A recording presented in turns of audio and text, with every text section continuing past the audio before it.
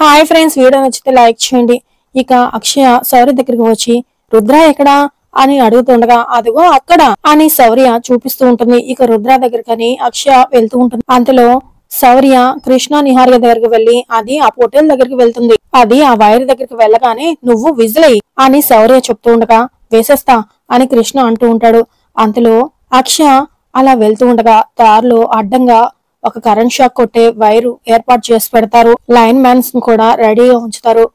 అసలైన line man ఏమో phone లో మాట్లాడుతూ ఉండగా డూప్లికేట్ లైన్ మ్యాన్ ని నిహారిక వాళ్ళు ఏర్పాటు చేస్తారు. అతను ట్రాన్స్ఫార్మర్ దగ్గర రెడీగా ఉంటాడు. అంతలో శౌర్య ఇప్పుడు విజిలై అని కృష్ణకి చెప్పడంతో కృష్ణ విజిల్ వేస్తూ ఉంటాడు. కృష్ణ అలా విజిల్ అయ్యగానే ట్రాన్స్ఫార్మర్ దగ్గర డూప్లికేట్ లైన్ మ్యాన్ అక్కడ బటన్ నొక్కగానే దారిలో అడ్డంగా ఉన్న ఆ వైర్ లో కరెంట్ పాస్ అవుతూ ఉంటుంది. అదంతా చూసుకోకుండా అక్షయ ఆ వైర్ దగ్గరికి రుద్ర కోసమని నడుచుకుంటూ వస్తూ ఉంటుంది. అంతలో అవని గమనించి షాక్ అవుతూ ఉంటుంది.